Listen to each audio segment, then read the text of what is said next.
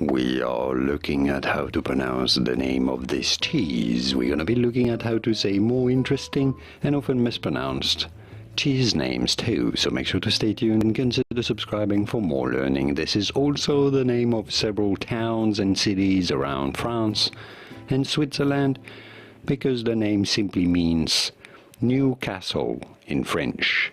So it's kind of a generic city name as well. When talking about the cheese, it is a French cheese from Normandy. How do you say it? Neufchatel, Neufchatel. Now in French, the F here is silent, and that's just how it is. When you would say neuf, the first part of the word, you would pronounce the F by itself. Neuf means new in French. But in this case here, because it is followed by châtel, it is silent anyhow in French, Neufchâtel. In English, it'd be fine to say it as Neufchatel, Neufchâtel from French, Neufchâtel.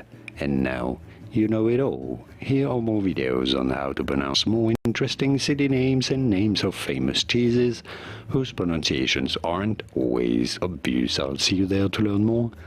Thanks for watching.